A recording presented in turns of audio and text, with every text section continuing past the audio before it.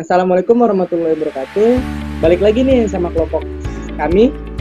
Nah, kemarin kan kelompok kami sudah membahas tentang apa itu algebrator, fungsi algebrator, tools algebrator. Nah, sekarang kelompok kami akan membahas tentang kelebihan dan kekurangan algebrator. Jadi di sini ada Alia Kansa. Nah, jadi menurut Alia Kansa itu apa sih kelebihan dari algebrator? Baik, kali ini saya akan menjelaskan tentang kelebihan algebrator menurut saya. Jadi kelebihan dari algebrator itu tuh menurut saya tidak hanya untuk menyelesaikan aljabar saja gitu, tapi algebrator itu menyediakan banyak sekali topik untuk menyelesaikan persoalan matematika. Contohnya seperti pemfaktoran, terus persamaan linear dua variabel, persamaan linear 3 variabel, terus ada operasi dengan fungsi, domain dan kodomain, geometri dasar dan trigonometri dan lain-lain. Lalu dalam penyelesaian soal di dalam algebrator sendiri, algebrator itu menampilkan step-stepnya gitu, sehingga itu memudahkan kita dalam memahami penyelesaian dari soal tersebut. Nah, di dalam algebrator sendiri, untuk menampilkan step-stepnya itu ada namanya tools solve step dan tools solve all. Nah, jadi untuk tools solve step sendiri itu untuk menampilkan jawaban secara step by step seperti itu. Lalu untuk yang solve all itu menampilkan step by stepnya, tetapi langsung ke akhir jawabannya seperti itu. Jadi sangat memudahkan kita dalam memahami penyelesaian dari soal yang tadi kita kerjakan. Seperti itu menurut saya Kidul. Rifki. Terima kasih. Nah, tadi kan kita sudah mendengar nih kelebihan algebrator. Nah, sekarang kita akan kekurangan algebrator itu apa aja sih? Nah, sekarang saya akan bertanya kepada Raheliana dan Iriana. Jadi menurut Raheliana, apa sih kekurangan dari algebrator itu? Oke, baik. Saya akan menjelaskan tentang apa aja kekurangan dari software algebrator ini. Tadi kan Alia Kansa sudah menjelaskan apa aja topik-topik yang bisa diselesaikan oleh software ini. Nah, software ini juga mempunyai kelemahan, yaitu software ini tidak bisa digunakan untuk menyelesaikan soal inverse. Selain itu,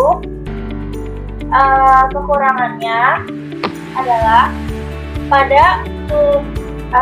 untuk tools explain itu menggunakan bahasa Inggris. Jadi untuk teman-teman yang bahasa Inggrisnya kurang paham akan bekerja lebih ekstra. Jadi untuk mengartikannya dan untuk mengaplikasikannya algebrator ini. Mungkin Iriana ada yang ingin ditambahkan?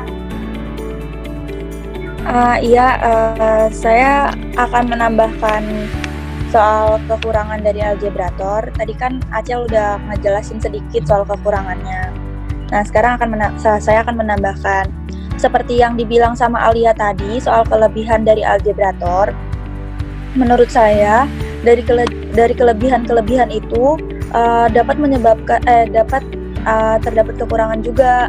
Nah, kekurangannya ini karena banyak permasalahan yang dapat diselesaikan oleh aplikasi algebrator ini dapat membuat orang-orang yang menggunakan aplikasi ini menjadi ketergantungan terhadap aplikasi ini. Jadi kalau misal ada tugas atau ada apa yang diharuskan untuk menghitung, mereka jadi menggampangkannya dan menggunakan aplikasi ini gitu. Jadi mereka malas untuk memahami tugasnya, bahkan sampai mereka tuh kalau dikasih tugas jadi nggak paham gitu kalau menurut saya.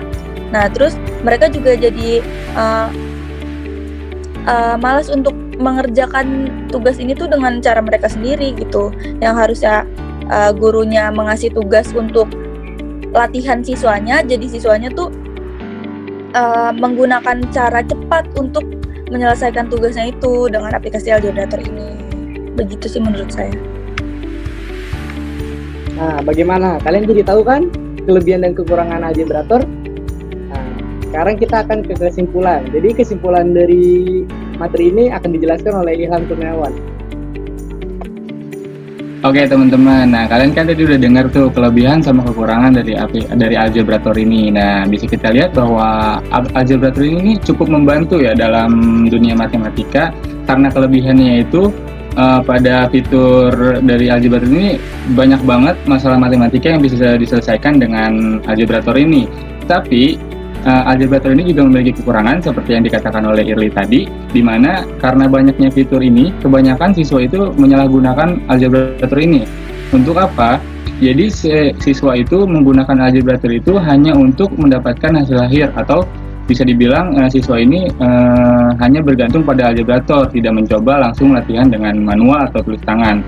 Oleh karena itu kan matematika itu kuncinya agar paham tuh harus banyak-banyak latihan ya. Jadi kalau menggunakan terus-terusan menggunakan algebraitor ini tuh akan susah paham gitu. Jadi, nah salah satu kekurangannya itu pada penjelasan step-step dari algebraitor ini menggunakan bahasa Inggris teman-teman. Jadi menyulitkan nih buat siswa-siswa yang kurang bahasa Inggrisnya untuk memahami dari penjelasan algebraitor. Dan dari setiap siswa juga tidak semua siswa bisa dapat cepat paham hanya dengan membaca sebuah kata-kata, dan ada sebagian siswa juga yang untuk paham tuh harus dijelaskan oleh guru. Oleh karena itu peran guru itu tetap penting dalam pembelajaran matematika, dan diharapkan algebraitor ini tuh hanya sebagai alat bantu dalam menyelesaikan matematika teman-teman. Jadi sekian kesimpulan yang bisa saya ambil dari algebraitor ini. Terima kasih.